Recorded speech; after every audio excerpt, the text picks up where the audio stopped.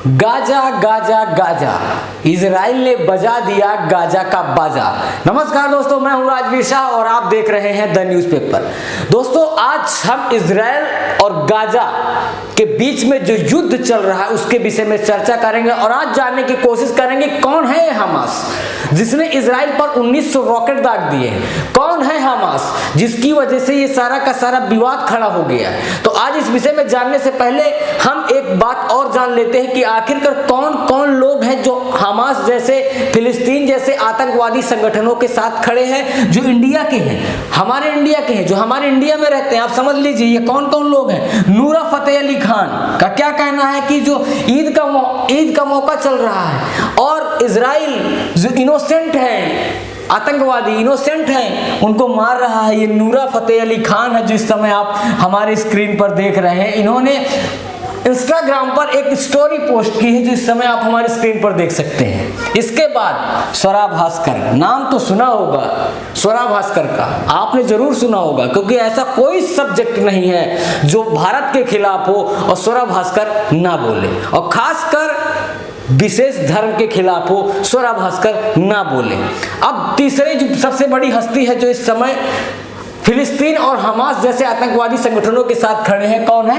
इरफान पठान कहते हैं कि मैं ह्यूमैनिटी के साथ खड़ा हूं, मानवता के साथ खड़ा हूं, मानवता के साथ। पश्चिम बंगाल में जब हिंदुओं को मारा जा रहा है तब किसी ने नहीं बोला, तब मानवता कहां चली गई थी? स्वरा भास्कर से हम पूछते हैं, जब पश्चिम बंगाल में महिलाओं के साथ बलात्कार हो रहा था तब इनकी मानवता कहां चली गई थी? तब इनकी मानवता घर पर बैठी हुई थी। नूरा फतेह अली खान को तब नहीं दिख रहा था कि जब पश्चिम बंगाल में हिंदू महिलाओं के साथ बलात्कार हो रहा था, हिंदुओं को पलायन करना पड़ रहा था, तब इनको नहीं दिख रहा था कि पश्चिम बंगाल में महिलाएं, वहां ह्यूमैनिटी नहीं है, वहां लोग नहीं है, वहां लोगों की जान की कोई कीमत नहीं है, हिंदुओं की जान की कोई कीमत नहीं है। तो चलिए जानने की कोशिश करते हैं कि आखिरकार कौन है हमास। दोस्तों, इस समय जो मेरी आप स्क्रीन पर देख रहे हैं ये इजराइल और फिलिस्तीन का नक्शा है जो इस समय आप मेरी स्क्रीन पर देख रहे हैं। और हमास के विषय में जानने से पहले आप समझ लेते हैं कि हमास है कौन। दोस्तों, हमास एक आतंकवादी संगठन है। कोई इसे राजनीतिक संगठन कहता है, कोई इसे आतंकवादी संगठन कहता है। मैं इसको आतंकवादी संगठन से परिभाषित करता हूं क्योंकि इसके कारनामे आतंकवादी संगठन वाले हैं। 1987 में इसकी स्थापना हुई थी। ये जो संगठन है जब बना था तब 1987 का सन चल रहा था, तब इसकी स्थापना हुई थी। इसने इजराइल के खिलाफ कई बार मिसाइल हमले किए हैं। 1990, 2020 में इसने बहुत सारे मोर्टार दागे थे इजराइल पर, तब इजराइल के पास उसका खुद का एयर डिफेंस सिस्टम नहीं था। कई बार इसने इजराइल पर हमले किए हैं। और देते हैं 2006 में ये चुनाव भी जीत जाता है फिलिस्तीन में। अब आप समझ लीजिएगा, 2006 में ये फिलिस्तीन में विधायी का चुनाव भी जीत जाता है और वेस्ट बैंक में इसका वोट बैंक भी बढ़ जाता है। अब आप समझ लेते हैं कि गाजा जहां पर इसका कब्जा है वो कहां पर है। तो आप नक्शे में देख सकते हैं इस समय जो स्क्रीन पर येलो कलर का ये जो पार्ट दिख रहा है ये पूरा का पूरा इजराइल है जो इस समय आप हमारे नक्शे में देख रहे हैं। और यहाँ पर जो छोटा सा कॉर्नर पर है ये गाजा सिटी है, ये गाजा का पूरा एरिया है, ये वेस्ट बैंक है। ये दोनों मिलाकर फिलिस्तीन है। आप समझ लीजिए ये दोनों मिलाकर ही फिलिस्तीन है। जैसे वेस्ट पाकिस्तान, ईस्ट पाकिस्तान था, इंडिया का जब बंटवारा हुआ था, बांग्लादेश और पाकिस्तान मिलाकर पूरा का पूरा पाकिस्तान था।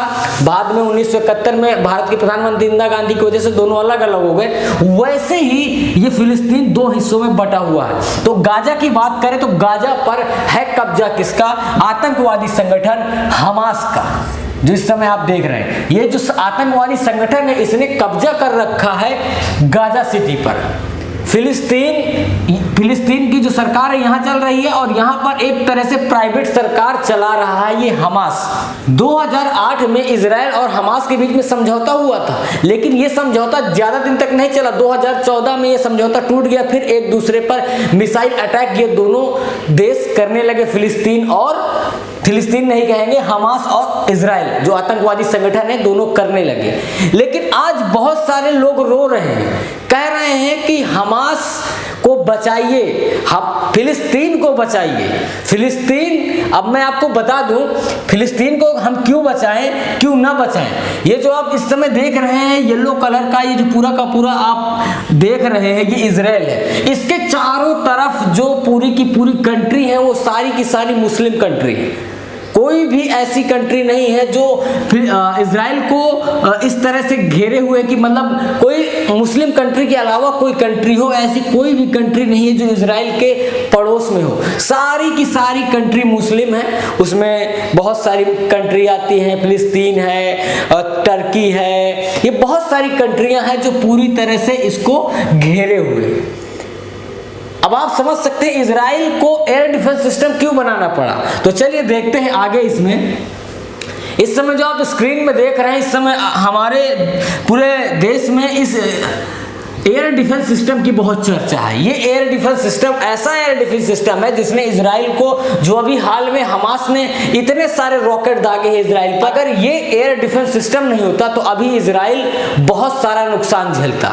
लेकिन इस एयर डिफेंस सिस्टम की वजह से जिस तरह से हमास ने 1900 मिसाइलें, 1900 रॉकेट मिसाइलें छोड़ी हैं, उसमें से 14 से 37 मिसाइलों को इस एयर डिफेंस सिस्टम ने मार गिराया है जो रिहायशी इलाकों में गिर रही थी इस एयर डिफेंस सिस्टम की वजह से। और बाकी जो मिसाइलें खाली जमीन पर गिर रही थी उसको ये मारकर नहीं गिरा रहा था। तो आप समझ सकते हैं कि ये एयर डिफेंस सिस्टम इजराइल के लिए कितना इंपॉर्टेंट है। अगर ये एयर डिफेंस सिस्टम नहीं होता इजराइल के पास तो आज इजराइल पर जिस तरह से हमास ने, जो आतंकवादी संगठन है, 1900 मिसाइलें, 1900 रॉकेट दागे हैं, शायद इजराइल को बहुत बड़ा नुकसान सहन करना पड़ता।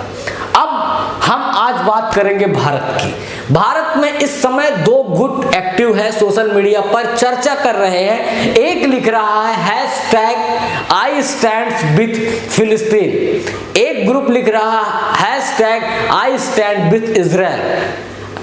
अब भारत 2 हिस्सों में बट गया है।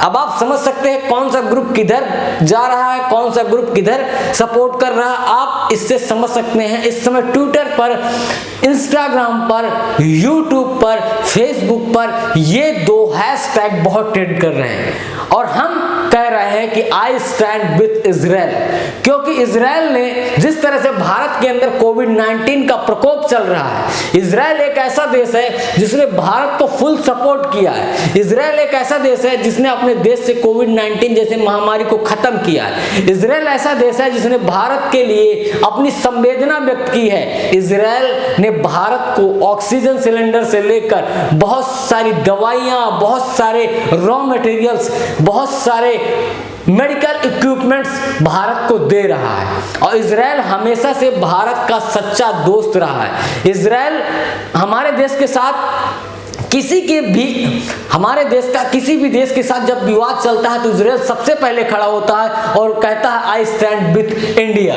तो आज हमारा कहने का मकसद है कि I stand with इजराइल।